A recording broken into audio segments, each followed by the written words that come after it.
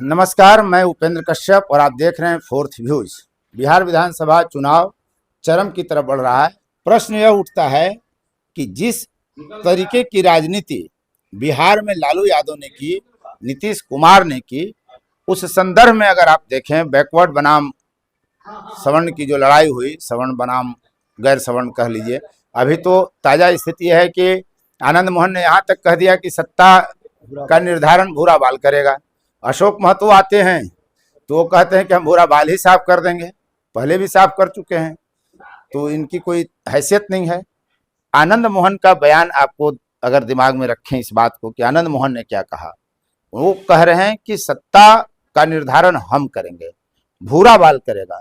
इसके जगह वह राजपूत शब्द का भी इस्तेमाल कर सकते थे, सवर्ण शब्द का भी इस्तेमाल कर सकते थे, लेकिन उनका यह शब्द इस्तेमाल करना, जबकि उनका बेटा राजद से विधायक है, ये और बात है कि अब वो जदयू के पाले में चेतन आनंद, उनके जुबान से ये बात कहना कि भूरा बाल तय करेगा सत्ता, इसको आप कैसे देख सकते हैं? वो राजपूत क्यों नहीं बोलते हैं? वो सवर्ण भी बोल सकते थे।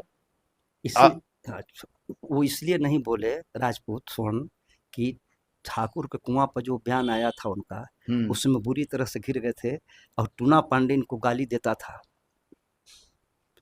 कि तोरा हिम्मत रहे तो तोर पत्नी दर दर ठोकर खात चलत रहे तो रहे वीर बात तो ऐसे बोले लालू यादव के यहाँ गए तो तोरा शरण मिलल। टूना पांडे जो भाजपा से था, फिर अभी लालू जी के साथ अपना छपरा मैंने गोपालगंज वाला एमएलसी।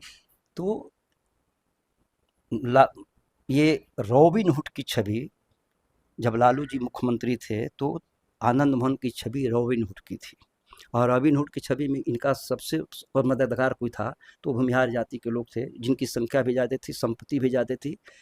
संख्या, बल और संपत्ति और विवेक के मामला में राजपूत कहीं टिकता नहीं है भूमिहार के सामने, बिहार की सामाजिक बनावट में। अच्छा, ये मतलब आप मानते हैं? बिल्कुल कि राजपूत भूमिहार के आगे कहीं नहीं है? नहीं है, उस समय सुपर है भूमिहार, संपत्ति के मामला में, ज्ञान के मामला में और डोमिनेशन के मामला में। और 17 साल उसके जो मुख्यमंत्री रहे बिहार में श्री बाबू, उसका बहुत ज़्यादा उन पर प्रभाव रहा। वो अभी तक है। और लैंड लॉर्ड तो था ही पहले से।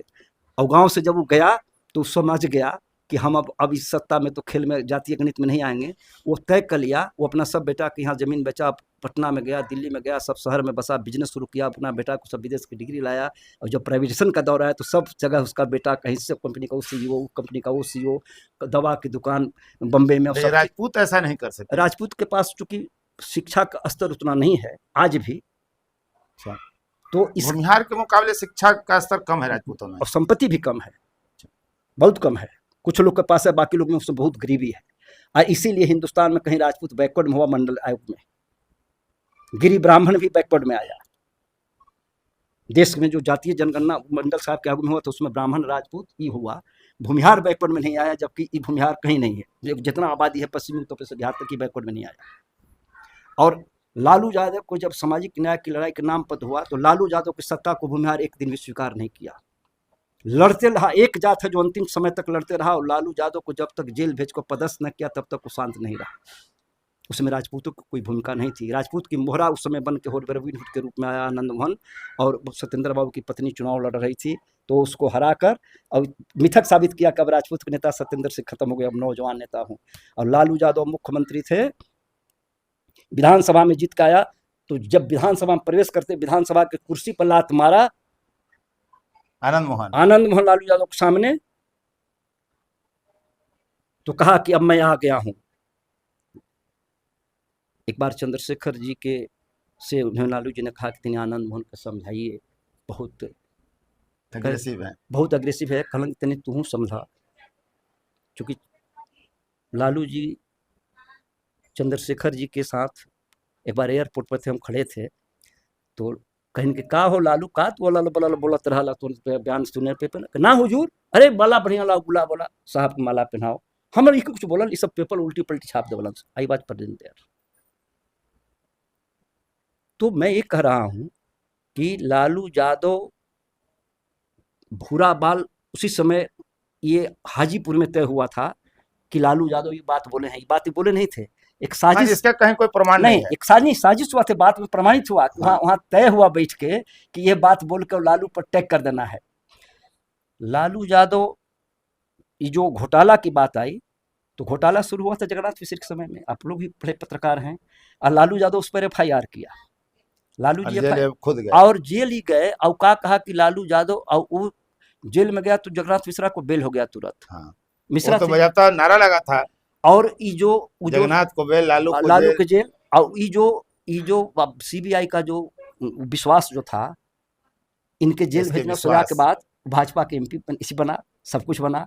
अमित खरे जो वहाँ DC था वो आज उपराष्ट्रपति के पद पर चला गया। मैंने लालू यादव को जेल भेजने वाले जितने अफसर थे सब पुरस्कृत हुए जब सत्ता आई। अमित खरे उपराष्ट्रपति कब बने? उपराष्ट्रपति के PF अफसर बना, जो प्रधानमंत्री में था, ये मैं कह रहा हूँ।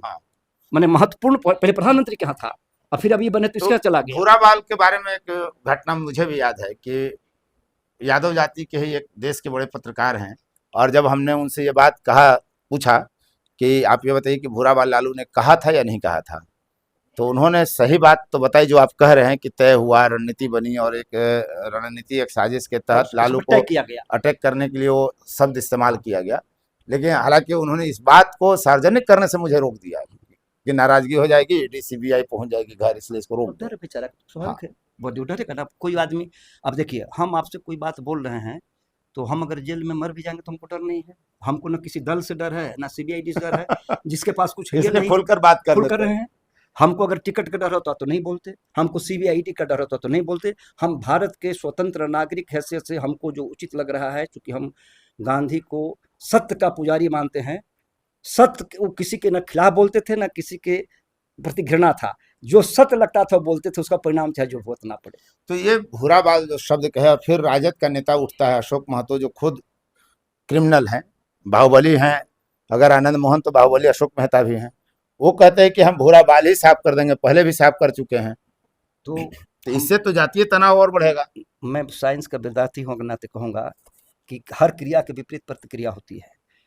नीतीश जी, यही बात नरेंद्र मोदी ने कहा था गोधरा और गुजरात दंगे के संदर्भ में कि क्रिया होगी तो प्रतिक्रिया होगी। मैं कह रहा हूँ कि क्रिया की प्रतिक्रिया होगी, इसलिए होगी प्रतिक्रिया कि जिस नीतीश कुमार जी की सरकार ने आनंद मोहन के लिए दलित DM हत्यारा को नियम कानून शिथिल करके जेल से विशेष परिस्थिति में बाहर निकाला, और नरेंद्र मोदी राम रहीम को पैरोल पर निकालते हैं चुनाव में, तो ये पिछड़ों के मन में बहुत दर्द है कि हमारा ही नेता और जो पिछड़े दलित के लोग जेल में हैं उन पर कोई कंसिडरेशन नहीं हुआ। स्पेशल केस हुआ आनंद मोहन के लिए, स्पेशल केस हुआ अनंत सिंह के लिए। तो ये दिखाई पड़ रहा है साफ साफ, जो पिछड़ा दलित में है तो लग रहा है कि हमारा ही नेता हमको ऐसे कर रहा है, तो वो बोलेगा और कर भी देगा, क्योंकि उसका भी तो क्रिमिनल बैकग्राउंड है, और क्रिमिनल का कोई ये विचार नहीं होता है। आनंद मोहन कोई विचार, ना कोई जाति, ना कोई धर्म, ना कोई देश। आनंद मोहन भी पॉलिटिकल क्रिमिनल हैं, पॉलिटिक्स में एक अपन पाप को छिपाने के लिए हैं। दलित DM के हत्यारा की टैग नहीं मिटेगा, इतिहास माफ नहीं करेगा कि दलित DM के हत्यारा के लिए नीतीश कुमार ने जो विशेष कानून बनाया वो इतिहास में नीतीश कुमार के लिए ब्लैक स्पॉट है। तो अशोक महतो जो कह रहे हैं वो भी तो ब्लैक स्पॉट होगा।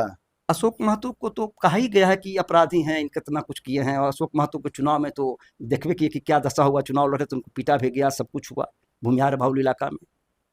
मैं किसी तरह की हिंसा की निंदा करता हूँ, और किसी तरह के अपराधी कहे किसी जात धर्म का हो, अपराधी का कोई जात धर्म नहीं होता है, उसका एक कैरेक्टर होता है, और उस कैरेक्टर को, जैसे पानी का स्वभाव है प्रदान शीतलता करना, गर्मों की जगह तो आपको बुझा देगा, उसका गुण है वो।